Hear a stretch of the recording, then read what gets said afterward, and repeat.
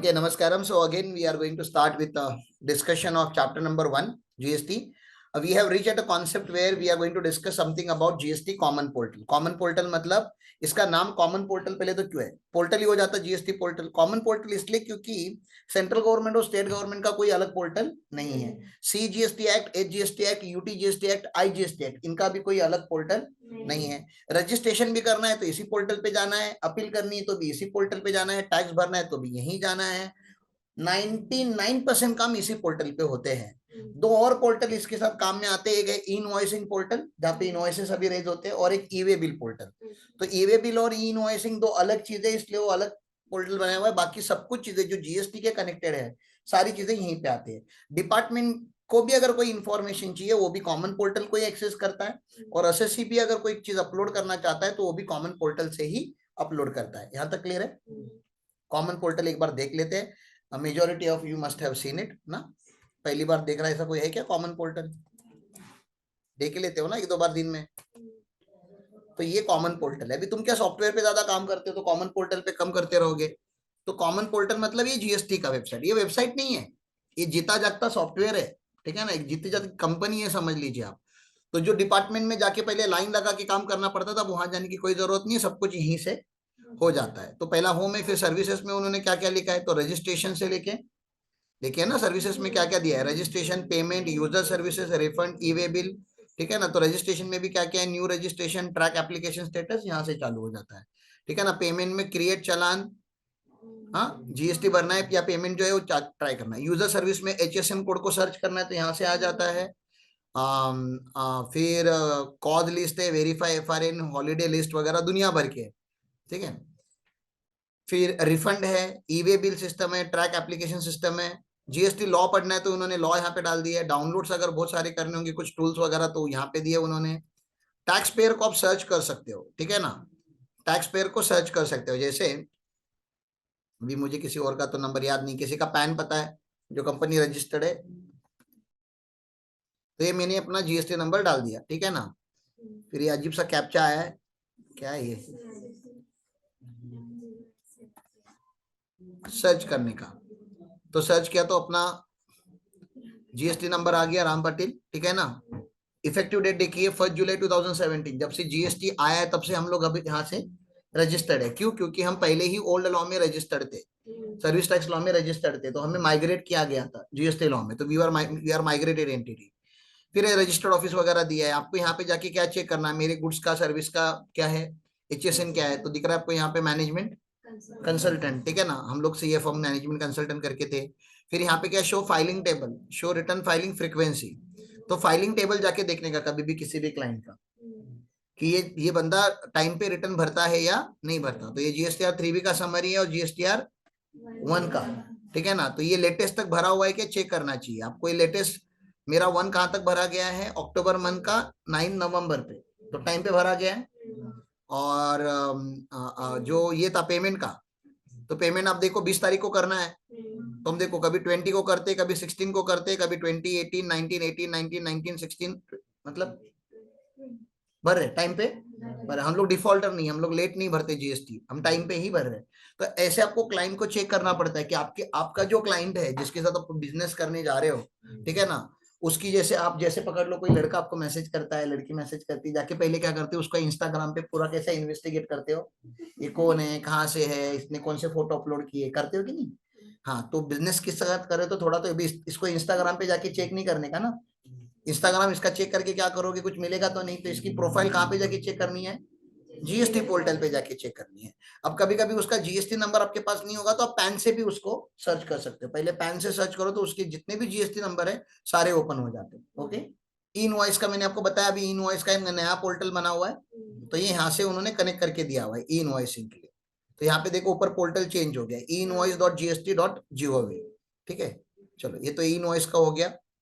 अभी मुझे लॉगिन करना है, तो लॉगिन करना है तो हमें क्या करना होता है, पहले तो आपको अगर रजिस्ट्रेशन करना होता है, ठीक है ना, तो रजिस्ट्रेशन पे, न्यू रजिस्ट्रेशन पे अगर आप क्लिक करते हो तो क्या क्या डालना होता है, पहले तो आपको यहाँ पे ये सब डालना पड़ेगा ना।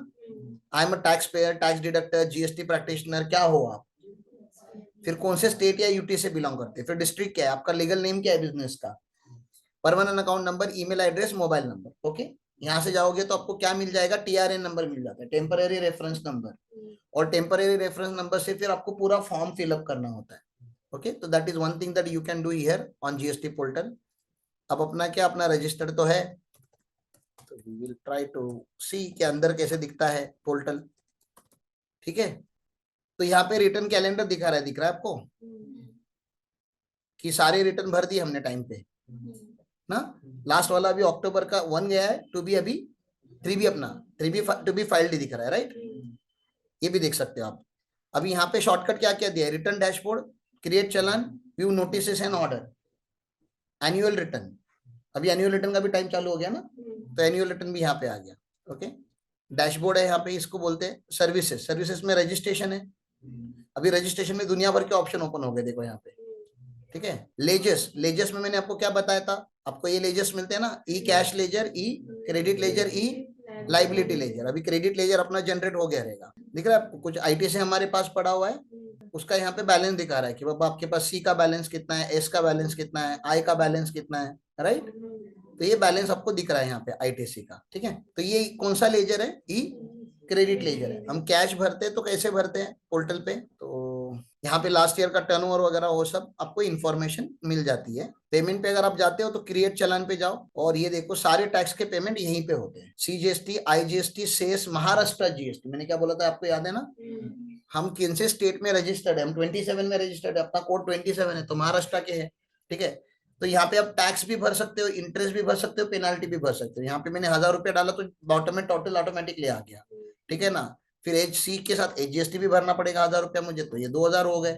ठीक है, अगर मुझे इंटरेस्ट लगता है तो 50 रुपए का मैंने इंटरेस्ट डाल दिया, यहाँ पे भी मैंने 50 रुपए का इंटरेस्ट डाल दिया, तो टोटल ऑटोमेटिकली आ रही है। आप कुछ भी यहाँ पे टाइप कर सकते हो, पेमेंट कर सकते हो, पेमेंट के मोड भी यहाँ पे दिखे हुए हैं। तो ये पेमेंट के टॉपिक में हम करेंगे, लेकिन मुझे आपको अभी खाली क्या बताना था कि जो भी करना होता है हमें इस पोर्टल पे जाके करना होता है, हर एक चीज पोर्टल के अंदर ही है। तो आपको खाली, अच्छा आपको अगर किसी क्लाइंट का काम करना है, चलो ठीक है, विजय सर है, संकेत सर है, तो आप उनको पूछ के करोगे, लेकिन मैं क्या चाहता हूँ, आप लोगों से ज्यादा क्या एक्सपेक्ट करता हूँ, उन लोगों को किसने सिखाया, विजय सर को, संकेत सर को किसने सिखाया, किसी ने नहीं सिखाया, तो वो लोग कैसे सीखे फिर।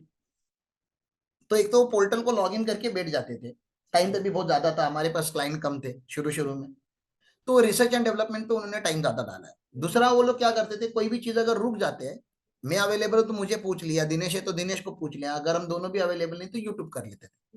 तो आपको भी अगर कोई चीज अगर नहीं समझ रही है तो आपको क्या करना है, यूट्यूब करना है, आपको सीखना है या पूछना है। देखो अगर, या क्या समझ, क्या ढूंढना है वो भी अगर कभी कभी नहीं समझता, कभी कभी इतना तो पता होता है कि क्या सर्च करना चाहिए, लेकिन अगर वो भी नहीं समझ रहा है कि सर्च ही क्या करो ना, किसी ने बोल दिया कि बाबा जाओ जीएसटी का पेमेंट करो, या जीएस इस क्लाइंट को नोटिस आया है क्या चेक करो, पता नहीं आपको अभी कैसे चेक करते हैं, तो फिर आपको पूछना है उनको कि मैं सर्च ही क्या करूं। लेकिन आपको अभी धीरे धीरे धीरे जब चीजें समझनी चालू हो जाएगी, तो ऑटोमेटिकली जब आप पोर्टल पे टाइम स्पेंड करोगे, जैसे अभी फेसबुक इंस्टाग्राम पे आपने टाइम स्पेंड किया होगा, आपने कोर्स लगाया था क्या, how to use Facebook, how to use YouTube, नहीं ना, क्या करते हो आप, चैनल ओपन करते हो या जो ऐप है ओपन करते हो, और उसके ऊपर सर्च करते करते ये करते, यहाँ क्लिक करने के बाद क्या होता है वो देखते रह के करते हो जाता है। खाली ट्रायल एंड एरर जब करते हो तो क्लाइंट के लॉगिन पे मत कीजिए, हमारे जो इंटरनल लॉगिन है, इंटरनल फॉर्म्स है, उसके ऊपर आप ट्रायल एंड एरर कीजिए। और मैंने संकेत सर को बोला है आपको नील रिटर्न तो कम से कम मैक्सिमम अभी जूनियर लोगों से ही फाइल करवा दो, और जैसे जैसे जैसे नील रिटर्न का आपका परफॉर्मेंस बढ़ते जाएगा, आप जैसे थोड़े स्मार्ट होते जाओगे रिटर्न भरने में, तो आपको डेटा वाले रिटर्न भी दिए जाएंगे। शुरू शुरू में हर एक चीज वेरीफाई करके भरवा लो, ओवर कॉन्फिडेंट नहीं होना है जीएसटी में, ठीक है ना, कॉन्फिडेंट रहो लेकिन ओवर कॉन्फिडेंट नहीं रहना है, आपको पूछ पूछ के काम करना है। जैसा शुरू शुरू में एक बार आपको आपका हाथ बैठ गया तो फिर आपको कोई पूछने नहीं आएगा बार बार कि आप ये क्या कर रहे हो, ठीक है ना, खाली आपके ऊपर भरोसा होने तक का टाइम, थोड़ा टाइम आप 2-3 महीने संभाल संभाल के करो, ठीक है, बाकी तो आपको ही करना है काम। तो ये हो गया जीएसटी का पूरा इधर कॉमन पोर्टल की बातें। इन्होंने भी कॉमन पोर्टल का स्क्रीनशॉट दिया है, मैंने तो आपको लाइव ही दिखा दिया, स्क्रीनशॉट क्या ही देखना है। और ई वे बिल के बारे में उन्होंने बात की है, और यहाँ पे ई इनवॉइस के बारे में बात की कि इसके अलावा आपको 2 वेबसाइट और पता होनी चाहिए, eWaybill.gov.in, एक ये वेबसाइट पता होनी चाहिए। अच्छा, इसकी मिनिस्ट्री अलग है, हमारा टैक्स है उसकी मिनिस्ट्री कौन सी है, फाइनेंस मिनिस्ट्री है, और ई वे बिल की मिनिस्ट्री कौन सी है, national information system ministry of electronic and information technology, government of India. अब ये क्या होता है, ई वे बिल है क्या, थोड़ा बहुत आपको बता देता ई वे बिल के बारे में भी। ई वे बिल क्या होता है कि ई वे बिल जब भी ये गाड़ियां जाती है हाईवे पे तो बिना ई वे बिल के नहीं जा सकते। एक जमाने में फेक बिलिंग बहुत ज्यादा होती थी, आज भी होती है, लेकिन एक जमाने में बहुत ज्यादा होती थी। जैसे अभी शायद यूपी या बिहार का कोई केस आया, कोई ये डेली वेज वर्कर होता है ना, डेली वेज मतलब जो काम ऐसे लेबर टाइप के लोग होते हैं ना, उसका किसी ने आधार कार्ड पैन कार्ड ले लिया, मोबाइल नंबर खुद का ले लिया, ईमेल आईडी बनवा लिया, इतना ही तो चाहिए रहता है, और उतना करके क्या कर दिया, जीएसटी रजिस्टर्ड कर दिया एक उसके नाम पे, और उसके नाम पे बहुत सारा बिल किया, बहुत सारे लोगों को आईटीसी दिया, और बाद में वो तो टैक्स भरेगा नहीं क्योंकि उसको तो पता ही नहीं, और उसने टैक्स नहीं भरा। जब इन्वेस्टिगेशन हुआ, उसको अरेस्ट किया गया, तो पता चला कि किसी ने उसका आधार कार्ड पैन कार्ड मिसयूज करके उसके नाम पे जीएसटी नंबर ले लिया है। तो जैसे मैंने आपको सर्च टैक्स पेयर बताया, आप भी अपना पैन कार्ड डाल के देख लीजिए वहां पे कि आपके नाम पे कहीं पे जीएसटी नंबर रजिस्टर्ड तो नहीं है, ठीक है ना। फेक रजिस्ट्रेशन भी बढ़ गए दुनिया में। तो वो लोग कैसे फेक करते हैं, तो दिखाते हो कि यहाँ से यहाँ गुड्स गए। अब इसका क्या प्रूफ है कि गुड्स एक्चुअली मुंबई से पुणे गए या मुंबई से बैंगलोर गए, बैंगलोर से इधर आए, प्रूफ क्या है, प्रूफ तो प्रूफ होता है कि वो ट्रक का मूवमेंट हुआ है, और ट्रक का मूवमेंट हुआ है इसकी कैसे पता चलता है, तो ई वे बिल से पता चलता है। कौन से बिल से पता चलता है, ई वे बिल। तो ई वे बिल जनरेट करना पड़ता है आपको, ठीक है ना। बहुत बार आपका क्लाइंट आपको बोलता है हमें ई वे बिल चाहिए। दो चार क्लाइंट है हमारे जिनके गुड्स का ट्रांजैक्शन रात को 11 बजे भी होता है, 12 बजे भी होता है, तो वो लोग हमेशा आपको बोलते हैं 11 बजे फोन करके बोलेंगे कि ई वे बिल अभी के अभी बना के दो, थोड़ा लेट हो गया है, सॉरी भी बोलते हैं, लेकिन काम करवा के लेते हैं, क्योंकि बिना ई वे बिल के अगर वो चले गए और रास्ते पे अगर गाड़ी पकड़ी गई तो स्मगलिंग माना जाता है, तो गाड़ी जब्त कर देते हैं, गाड़ी का गुड्स जब्त कर देते हैं, उसके अंदर जितना भी वैल्यू ऑफ गुड्स होता है उसका कुछ तो 200% वगैरह निकाल के पेनाल्टी लगा देते हैं। तो वेरी हार्श प्रोविजन अगर आपके पास ई वे बिल या इनवॉइस नहीं होगा तो। ये समझ में आया आपको। तो ई वे बिल का पूरा टॉपिक ही है कि ई वे बिल जनरेट होता है, 24 घंटे के अंदर कैंसिल हो सकता है, अमेंड हो सकता है, पार्ट ए में क्या जाता है, पार्ट बी में क्या जाता है, lot of things we are going to discuss in e way bill chapter, ठीक है। अभी आप सिंपल सा गूगल भी कर लोगे, how to generate e way bill. Generate करना बहुत ही सिंपल होता है, वो आप लोग आज के लिए होमवर्क ले लीजिए, how to generate e way bill, ठीक है ना। एक यूट्यूब करके देख लीजिए, क्योंकि बनाते कैसे वो आपको पता चलना चाहिए। लॉ में पढ़ा दूंगा उसका, ये लोग जो बना रहे हैं उनको लॉ नहीं पता, लेकिन बनाने आता है, क्योंकि ज्यादा डिफिकल्ट नहीं है। आपके पास इनवॉइस का डेटा होना चाहिए, इनवॉइस में सब कुछ होता है, सप्लायर कौन है, रेसिपिएंट कौन है, लोकेशन कहाँ पे, डेस्टिनेशन ऑफ गुड्स क्या है, एचएसएन क्या है, जो भी ई वे बिल में इंफॉर्मेशन जाता है वो सब कुछ होता है। इनवॉइस में एक ही इंफॉर्मेशन नहीं होती कि गाड़ी का क्या नंबर है, वो व्हीकल नंबर बहुत ही इंपॉर्टेंट है, क्योंकि गाड़ी फिक्स करनी चाहिए ना। अच्छा, इसका आगे का भी मैं आपको बता दूं, अभी भी झोल होता है, झूठे मोटे ई वे बिल भी बनते हैं। अगर झूठा इनवॉइस बन सकता है तो ई वे बिल भी तो झूठा बन ही सकता है नहीं। लेकिन गवर्नमेंट आगे जाके कुछ ऐसी टेक्नोलॉजी लानी है। ओला उबर आपने कभी यूज किया है, ओला या उबर, ठीक है ना। ओला उबर में क्या होता है, आपको ऐप पे व्हीकल्स दिखती है, ठीक है ना। ओला उबर में ऐप पे व्हीकल दिखती है। वैसे ये जो जीएसटी ऑफिसर्स होंगे उनको टैब मिलने वाला है ना, टैब दे देंगे उनको, एक आईफोन वगैरह का, एप्पल वगैरह का, एप्पल का टैब दे देंगे, और टैब में कोई सॉफ्टवेयर होगा, और हर गाड़ी जो रास्ते से जाती है वो टैब पे दिखेगी उनको कि इस हाईवे से, मुंबई बेंगलोर हाईवे पे अभी कौन सी कितनी व्हीकल आने वाली है, वो टैब पे दिखेगा उनको लाइव पे। और वो टैब पे उसको क्लिक करेंगे ना व्हीकल को, तो उसका इंफॉर्मेशन भी ओपन होगा, इसका सप्लायर कौन है, रेसिपिएंट कौन है, क्योंकि हर ट्रक में एक डिवाइस लगने वाला है ना, जीपीएस सिस्टम बोलते हैं ना जिसको, तो हर हर व्हीकल में, हर ट्रक में एक वो सिस्टम लगेगा, ठीक है। और उसमें से वो क्या करेंगे, देखते रहेंगे कि इसकी पूरी इंफॉर्मेशन, इसका ई वे बिल है कि नहीं, इसके अंदर गुड्स कौन से हैं, दे कैन वेरीफाई। और उनको लगा थोड़ा सस्पिशियस लगा तो वो गाड़ी रुका सकते हैं टोल पे, क्योंकि उनको पहले से पता होगा कि ये गाड़ी हमारे टोल से जा रही है। दूसरा, गाड़ी खाली भी तो भेज सकते हो आप, एम्प्टी गाड़ी भी तो सेव कर सकते हो, गाड़ी ही जानी है ना, खाली गाड़ी दे देंगे। ऐसा नहीं है, जितने भी अभी टोल बन रहे नए, वो टोल के नीचे वे ब्रिज बन रहा है, वे ब्रिज, वे ब्रिज समझता है आपको, वजन काटा, वो गाड़ी का वेट करेगा, ठीक है ना। और उनके पास जजमेंट होगा कि खाली गाड़ी का वेट पकड़ लो 8,000 किलो है, तो लोडेड गाड़ी का वेट 12,000 किलो होना चाहिए, क्योंकि 4,000 का आप माल दिखा रहे हो। तो ऐसा अप्रोक्सीमेशन बेसिस पे वो निकाला जाएगा। मतलब इतना जाके आर्टिफिशियल इंटेलिजेंस स्ट्रांग होने वाला है आने वाले दिनों में। इसलिए गवर्नमेंट ने दो नए कॉन्सेप्ट निकाले, एक ई वे बिल और दूसरा एक ई इनवॉइसिंग ना। ई इनवॉइसिंग और ई वे बिल में फर्क क्या है, ये इनवॉइस है। ई इनवॉइस मतलब जीएसटी पोर्टल पे जाके इनवॉइस बनाने का। अभी हम इनवॉइस कहाँ पे बनाते हैं, अभी हम टैली में बनाते हैं, या कि कोई एक्सेल में बनता है, या कोई सॉफ्टवेयर में बनता है, उसमें मैनिपुलेशन होने के चांसेस है ना। आपने ई वे इनवॉइस बनाया, बाद में डिलीट किया। जोल करने वाले लोग क्या करते हैं, इनवॉइस बनाते हैं, ई वे बिल बनाते हैं, फिर माल डिलीवर हो जाता है और फिर जीएसटी नहीं भरना है उनको, तो जाके फिर क्या कर देते हैं, ई वे बिल और इनवॉइस डिलीट कर देते हैं, खत्म, गेम ओवर। R1 में डेटा जाएगा तो टैक्स भरोगे ना, डेटा जाएगा ही नहीं, आपने बिल इशू किया, माल पहुंच गया, अभी बनाया क्यों फिर ई वे बिल, क्योंकि गाड़ी पकड़ी जाती तो दिक्कत हो जाती, तो बिल बनाया, ई वे बिल बनाया, बाद में माल पहुंच गया, गाड़ी रिटर्न आ गई, अब डिलीट कर दिया, किसी को कोई पता नहीं चलेगा। ऐसे धंधे ये लोग कर रहे थे, इसलिए गवर्नमेंट फ्रस्ट्रेट हो गई ना। तो गवर्नमेंट फ्रस्ट्रेट होके गवर्नमेंट ने क्या बना दिया अभी, ई इनवॉइस पोर्टल। तो मैक्सिमम चीजें पोर्टल पे ही करेंगे। अभी इन्होंने यहाँ पे नंबर कितना लिखा है कि 10 करोड़ के ऊपर अगर जिसका टर्नओवर है उसको ई इनवॉइसिंग मैंडेटरी हो गया था। अब ये अमेंड करके गवर्नमेंट ने कितना कर दिया है, 5 करोड़। तो जिनका लास्ट ईयर में टर्नओवर 5 करोड़ क्रॉस हुआ है, अगेन आप लोगों को पता होना चाहिए आपके कौन से क्लाइंट का टर्नओवर 5 करोड़ क्रॉस हो चुका है, क्योंकि जिनका 5 करोड़ क्रॉस हुआ है उनको ई इनवॉइसिंग मैंडेटरी हो चुका है। आप टैली में उनका इनवॉइस बना ही नहीं सकते, आपकी रिस्पॉन्सिबिलिटी है ना क्लाइंट को बताने के लिए कि सर आपका अभी टैली में इनवॉइस बनेगा ही नहीं, आपका इनवॉइस किस पे बनना है, पोर्टल पे बनना है, इनवॉइस पोर्टल पे बनना है। ये समझ में आया आपको? तो दो कॉन्सेप्ट मैंने और आपको बता दी। सर्विस के लिए ई वे बिल नहीं लगता, सर्विस इंडस्ट्री के लिए। गुड्स के लिए ट्रक में से सर्विस उड़ने क्या जाता है, ट्रक में से तो गुड्स जाएगा ना, हाँ, तो उस इंडस्ट्री को लगता है। फिर आप जब अभी जब जीएसटी भरते हो तो आप सॉफ्टवेयर यूज करते हो ना, विनमैन का भी सॉफ्टवेयर है हमारे पास, स्पेक्टा करके कंपनी उसका सॉफ्टवेयर, और दुनिया भर के सॉफ्टवेयर प्रोवाइडर है।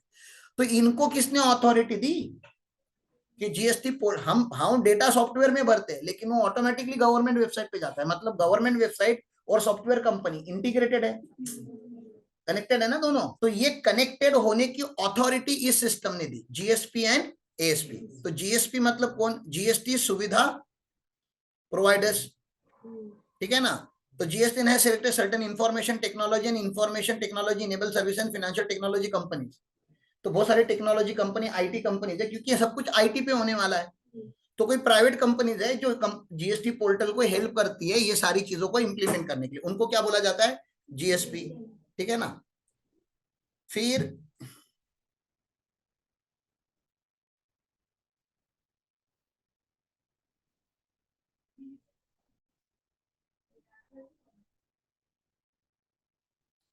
ये देखो एप्लीकेशन सर्विस प्रोवाइडर्स, ठीक है ना। ये लोग क्या करते हैं, GSP the additional channel being made available for facilitating the tax payer for performing some of the function and use their services as optional. GSP may take help of ASP who act as the link between tax payer and GSP, ठीक है ना। तो ASP मतलब ये जो application develop करते हैं, software develop करते हैं, तो आप सॉफ्टवेयर लेते हो तो सॉफ्टवेयर से क्या हो जाता है, चीजें थोड़ी आसान हो जाती है। नहीं तो पोर्टल पे एक एक इनवॉइस डालना कितना डिफिकल्ट है। तो टैली में एंट्री मारने के टाइप पे आपने दुनिया भर का टाइपिंग किया, अब आपको क्या करना है, फिर से पोर्टल पे भी टाइप करना है। वो तो अभी ठीक है, जेसॉन करके फाइल टैली खुद ही बना के देता है, और अब टैली से ही जेसॉन, टैली अगर आपने परफेक्ट किया होगा, टैली पे एंट्रीज अगर आपने परफेक्ट मारी होगी, एचएसएन समरी डाला है, प्रॉपर सब डिटेल डाला है, सप्लायर का, रेसिपिएंट का, सारी डिटेल्स अगर परफेक्ट है तो टैली का फाइल ही फाइनल हो जाता है। लेकिन आपको पता है क्लाइंट का टैली तो परफेक्ट होता नहीं है, तो हम क्या करते हैं कि टैली लेते हैं, टैली फिर सॉफ्टवेयर में पुल करते हैं, सॉफ्टवेयर में पुल करते हैं तो सॉफ्टवेयर एरर निकाल के देता है, और फिर वो एरर क्लियर करते बैठते हैं, और एरर क्लियर होने के बाद अपना रिटर्न अपलोड होता है। तो देयर इज अ स्टेप, तो वो आपको सिखाएंगे, संकेत सर और विजय सर सिखाएंगे कि आपको एक्जैक्टली वो टैली में से डेटा पुल कैसे करना है, क्या करना है। क्योंकि वो सब करने के लिए लॉ का जरूरत नहीं है, उसके स्टेप्स है, फिक्स है, स्टेप 1, स्टेप 2, स्टेप 3, स्टेप 4, आपको वो याद रखनी, उतने में आपका काम हो जाए। मैं लॉ पढ़ा रहा हूँ ताकि आपको पता होना चाहिए कि हम कर ही क्या रहे। उस दिन मैंने कॉम्पेंसेशन से इसके बारे में बात किया, जीएसटी पहले लेक्चर में किया था, अगर आपको याद, आपने देखा नहीं तो पहला लेक्चर देख लीजिए, ये लेक्चर 2, 3 चालू हो गया अभी, ठीक है ना। जो लेक्चर 1 अपलोड हुआ है 2 दिन पहले, उसमें हमने कॉम्पेंसेशन इसके बारे में बात किया। जीएसटी आने के बाद गवर्नमेंट, स्टेट गवर्नमेंट बोल रही थी कि हमको लॉस होगा, सेंट्रल गवर्नमेंट ने गारंटी लिया कि 5 साल तक अगर आपको लॉस होगा तो हम उसको कॉम्पेंसेट करेंगे, और कॉम्पेंसेट करेंगे तो कहीं ना कहीं तो रिकवरी होनी चाहिए। तो रिकवरी कहां से हो जाएगी, तो ये देखो, ये अभी पहले 2022 तक का ही कमिटमेंट था, अभी कब तक किया, 2026 तक का कमिटमेंट किया। 2026 तक अगर किसी गवर्नमेंट को लॉस हो गया, स्टेट गवर्नमेंट को, जीएसटी इंप्लीमेंट करने के वजह से, क्योंकि पहले उनको बहुत ज्यादा टैक्स मिलता था ना, महाराष्ट्र गवर्नमेंट को पहले बहुत टैक्स मिलता था, क्योंकि महाराष्ट्र प्रोड्यूसर स्टेट है। अभी आपने क्या किया, कंजम्पशन टैक्स बना दिया, मतलब जो स्टेट कंज्यूम करेगी वो उस स्टेट को रेवेन्यू मिलेगा। मतलब प्रोड्यूस हम करेंगे लेकिन कंज्यूम कोई और स्टेट करेगी, तो उस स्टेट को जाएगा टैक्स, पहले हमको मिलता था। तो उन्होंने बोला अगर आपको ऐसा कभी हुआ तो हम आपको क्या करेंगे, सेट ऑफ दे देंगे, उसको कॉम्पेंसेशन सेस बोलते हैं, और उसका एक एक्ट है, जीएसटी कॉम्पेंसेशन सेस एक्ट, ठीक है ना। इसके हिसाब से सिगरेट वगैरह के ऊपर, मोबाइल फोन्स के ऊपर, व्हीकल, एक्सपेंसिव व्हीकल्स के ऊपर कॉम्पेंसेशन सेस बहुत ज्यादा लगता है, ठीक है। फिर सर क्या सारे गुड्स के ऊपर टैक्स लगता है जीएसटी? आज दुनिया में जितने भी गुड्स एंड सर्विसेज सबके ऊपर लगता है क्या? तो नहीं। Alcoholic liquor for human consumption के ऊपर अभी भी जीएसटी नहीं लगता। तो क्या लगता है? स्टेट एक्साइज ड्यूटी लगता है और सीएसटी वैट लगता है। सीएसटी वैट का वैट जब इंट्रास्टेट सप्लाई होता रहेगा तो वैट, और सीएसटी मतलब सेंट्रल सेल्स टैक्स। एक स्टेट से दूसरे स्टेट में जब दारू जाती होगी तो सीएसटी लगेगा, मतलब पुराना लॉ लगेगा। ठीक है। अभी भी मैंने ये बताया थे 5 item, petroleum, crude, diesel, petrol, aviation, turbine fuel and natural gas, इसके ऊपर अभी भी जीएसटी आया नहीं है, आएगा। टोबैको के ऊपर बहुत ही खराब हालत है। टोबैको पुराने लॉ से निकला नहीं और नए लॉ में आ गया। इन दोनों का क्या है, ये नए लॉ में आए ही नहीं। पेट्रोल एंड दारू का स्टोरी क्या है कि नए लॉ एप्लीकेबल, नया लॉ मतलब कौन सा लॉ? जीएसटी का लॉ। जीएसटी अभी तक इसको एप्लीकेबल नहीं हुआ। मतलब कौन से लॉ एप्लीकेबल है? जो पुराने थे, वैट एक्साइज जो थे वो एप्लीकेबल है। टोबैको जीएसटी में आ गया, टोबैको जीएसटी में आ गया, लेकिन पुराने लॉ से निकला नहीं। मतलब टोबैको के ऊपर पुराने लॉ भी लग रहे, जीएसटी भी लग रहा है, मतलब डबल टैक्सेशन हो रहा है टोबैको के ऊपर। होना नहीं चाहिए था ना। मैंने आपको क्या बोला, जब से जीएसटी है तब से डबल टैक्सेशन नहीं होना चाहिए था, लेकिन डबल ट्रिपल चौबल टैक्सेशन हो रहा है यहाँ पे। इसके ऊपर कॉम्पेंसेशन सेस भी लगा है, लेकिन कोई तंबाकू खाने वाले ने, कोई सिगरेट पीने वाले ने अभी तक आवाज नहीं उठाई। बड़े अच्छे लोग होते हो, ठीक है ना, कहाँ आवाज हुआ? कोई आंदोलन वगैरह नहीं। घर वालों को पता चल जाएगा ना, अच्छा आंदोलन कर रहे हैं, सिगरेट के ऊपर प्राइस बढ़ गया करके, तो घर से निकाल देंगे, उससे अच्छा टैक्स ही भर दो। ठीक है ना। तो ये देखो, टोबैको के ऊपर जीएसटी भी लग रहा है, अभी सेंट्रल एक्साइज ड्यूटी भी लग रहा है, मतलब डबल टैक्स हो गया। ठीक है ना। वैसे ही OPM, Indian hemp, other narcotic drugs, मतलब गांजा वगैरह हो गया। ठीक है ना। इसके ऊपर सेंट्रल एक्साइज ड्यूटी नहीं, इसके ऊपर स्टेट एक्साइज ड्यूटी लगता है, लेकिन एक्साइज ड्यूटी अभी भी है। मतलब बताना क्या है, ये दारू तंबाकू वगैरह जो भी चीजें हैं, दारू और पेट्रोल तो पुराने लॉ में ही है, नए लॉ में आए नहीं।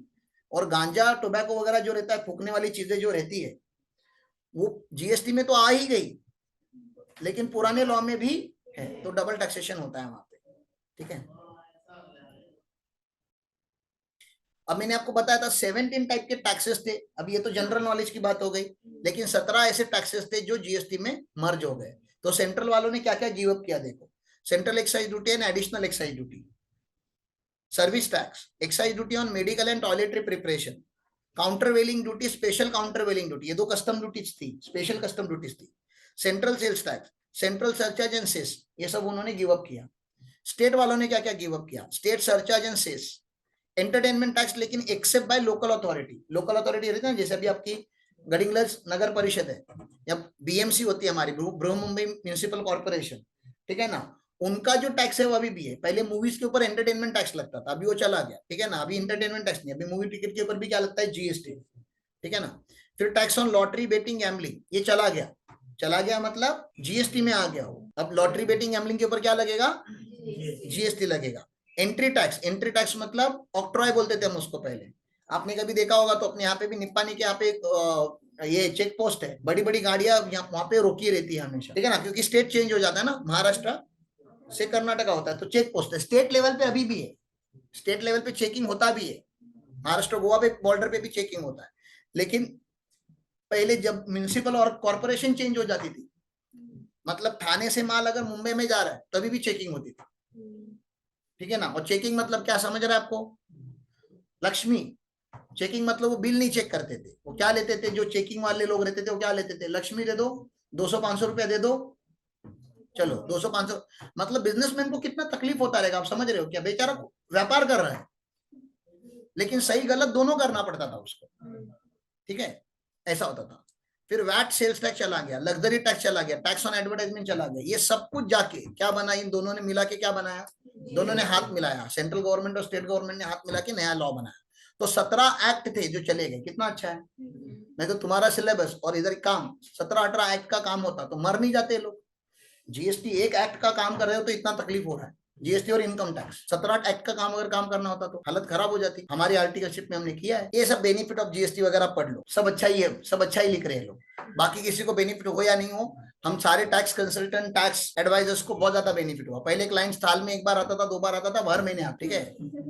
तो अपने को तो बिजनेस मिलना चालू हो गया। और उससे गवर्नमेंट को भी पता है ना, देखो ईयर एंड के बाद गवर्नमेंट क्यों नहीं करता, जीएसटी का रिटर्न टाइम टू टाइम क्यों भरवा के लेता है? अरे अगर आपने एक एक साल का टाइम दे दिया तो जीएसटी का पैसा एक तो साल भर आपने यूज कर लिया, बाद में कंगाल भी हो सकते हो, बैंक भी हो सकते हो। कौन हमारे देश में इतने लॉयल लोग है कि नहीं नहीं ये जीएसटी का पैसा है, बैंक में संभाल के रखता हूँ, बाद में देना पड़ेगा। तो मंथली बेसिस पे गवर्नमेंट ने क्यों रखा है, जितने जल्दी अपने पास अपना पैसा आ जाए। फिर गवर्नमेंट को खर्चा भी तो रोज करना पड़ता है ना, ऐसा तो नहीं कि गवर्नमेंट साल में एक ही बार खर्चा करता है। तो खर्चा करने के लिए पैसा गवर्नमेंट के पास भी आना चाहिए, तो इसलिए जीएसटी रियल टाइम बेसिस पे लाया है। मैं तो बोलूं क्या ऐसा भी टाइम आ सकता है कि रियल टाइम बेसिस मतलब आज का जीएसटी आज ही भरना है।